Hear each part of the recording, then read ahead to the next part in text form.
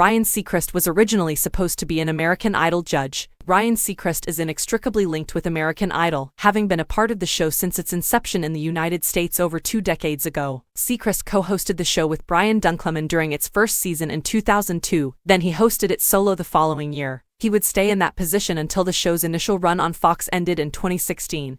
And when it moved to ABC in 2018, Seacrest would return as host, still going strong after 21 seasons. We can thank Seacrest for that, as he was the one who had the idea to serve as host when he could have in fact been a judge. For an appearance on The Kelly Clarkson Show, Seacrest reunited with Kelly Clarkson, the first ever winner of American Idol. She brought up how she was fascinated by Seacrest getting an offer to become a judge instead of host when the show first came together, and he shared the details behind how his spot on the show came to be. As Seacrest explained, when the producers, Nigel and Ken, were putting the show together, they had heard me on the radio here in Los Angeles and thought I might fit the panel to be up there with whoever else was already on. I believe Simon was already on board, and I'm not sure who else was at the time. Well, wait a minute, I said. I'd love to try out for the role of host. As a result, I eventually auditioned for the role of host, and I was hired, so I'm grateful to still have my job. Seacrest then said how he knew he couldn't be a judge because he's just naturally wired to be a host. See, the issue is that I'm constantly in auto-host mode, so I'm not sure I'd be able to sit behind the desk and just provide criticism. I'd like to do that, then switch to commercial. Good to see you again. How are you doing?